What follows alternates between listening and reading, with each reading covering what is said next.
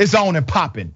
NFL, once again, in the spotlight for racism. Let's be very clear. Racism exists and permeates in the NFL. It does. Brian Flores has sued the NFL. Recently fired Dolphins head coach, Mr. Flores, has filed a lawsuit against the NFL and its franchises over the league's racist hiring practices. The suit claims the NFL remains rife with racism, particularly when it comes to the hiring and retention of black head coaches, coordinators, and general managers. A situation that has only been made worse by the NFL's disingenuous commitment to social equity. Flores filed the suit in the Southern District of New York as a proposed class action on Tuesday, timing it for the first day of Black History Month. There you go, that's how you do it. All right, make it memorable. Here's the reality. The reality is, he is now speaking on behalf of many black coaches who are not willing, they may feel they are not able to say what everyone knows. Now, let me give some background to the Colin Kaepernick situation. I want you to remember this. Understand how racist the NFL can be. They decided to blacklist, no pun intended, Colin Kaepernick for doing what? For doing something that had nothing to do with football, for taking a knee. Well, when you see the headlines that say Colin Kaepernick takes a knee, criticized for taking a knee, you gotta understand it wasn't because Colin Kaepernick took a knee. It wasn't the knee, it was non-aggressive, it was a peaceful protest, but it wasn't because of the knee. You see, if Colin Kaepernick would have taken a knee to bring awareness to cancer research in the United States of America, nobody would complain. If Colin Kaepernick would have taken a knee to bring attention to domestic violence within the NFL, nobody would have complained. Colin Kaepernick had the audacity to take a knee for black and brown folks in the United States of America, particularly against police brutality. It is not about Colin Kaepernick taking a knee, it was what he took a knee for. And what does the NFL do? What is their response? Their response is to recruit a rapper, to recruit Jay-Z, who then took concert money to give to other nonprofit organizations that had nothing to do with why Colin Kaepernick took a knee. And then Jay-Z holds a press conference of sorts, a conversation. And he tells black people, it's time to move on from taking a knee. This was orchestrated by the NFL, their executive management, and the owners. And it worked quite well, by the way, because now we're thinking the NFL is actually doing something over the protest of Colin Kaepernick, when the truth is they have donated 0.000006% of their annual revenue to causes that have nothing to do with why Colin Kaepernick took a knee in the first place. And they are calling it, this is our social justice fund. Be happy, take a smile, tap, dance, and leave. Flores was fired on January 10th, one day after his team beat the Patriots and wrapped up a 9-8 season. The coach overachieved in Miami, so his firing caught the public off guard.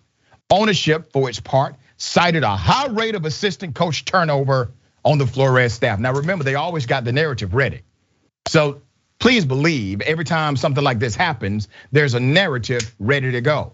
Don't be surprised by that move, it's common. According to the lawsuit, Coach Flores knew he was not going to be seriously considered for the New York Giants job, despite having a January 27th interview scheduled, because his former colleague, Bill Belichick, accidentally texted him a congratulatory message intended for another applicant who already was assured of the job, despite the fact that Coach Flores had an upcoming interview. Oops. So here's what the NFL said. NFL releases a statement, all right? The NFL says, the NFL and our clubs are deeply committed to ensuring equitable employment practices and continue to make progress in providing equitable opportunities throughout our organizations. Diversity is core to everything we do. And there are few issues on which our clubs and our internal leadership team spend more time. We will defend against these claims, which are without merit. All right, as my grandmother would say to the NFL, use a damn lie. Oh, it has plenty of merit. One statistical company broke down the NFL African Americans in the National Football League in 2019. The percentages are broken down by role. As of 2019, roughly 60% of African Americans in the NFL were the players themselves. This number has now grown to 70% after 2020. That number still holds today. So you have a league that's roughly made up of 70% African American players. The National Law Review had this to say: a Fortune 500 company with the same hiring practices as many NFL teams would almost certainly already have had multiple major lawsuits against it under anti-discrimination laws, such as Title VII of the 1964 Civil Rights Act. This begs the question, then, of what a potential race discrimination glass ceiling case against an NFL team would look like.